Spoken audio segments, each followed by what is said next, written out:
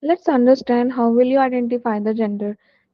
As in our first class, I say that there is the French is divided into masculine and feminine, plural and singular. Okay, so let's learn about how do you identify the gender in French.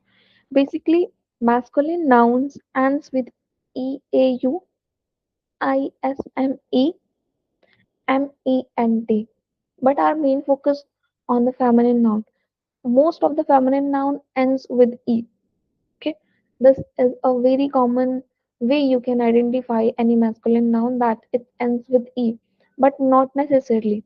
Not necessarily if any noun ends with e, it's not necessary that it will be a feminine. It could be a masculine also. These are the exception cases, but most of the feminine noun ends with e. Okay, and some other way you can identify feminine noun is tion, sion,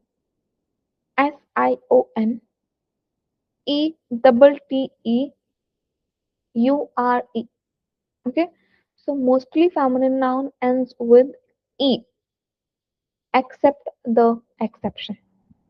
Okay, there are some exceptions also. So most of the feminine noun ends with e. Masculine plural, we add s at the end of the at the end of the word. Like if we want to make any noun, like any masculine singular noun in a plural, we put s.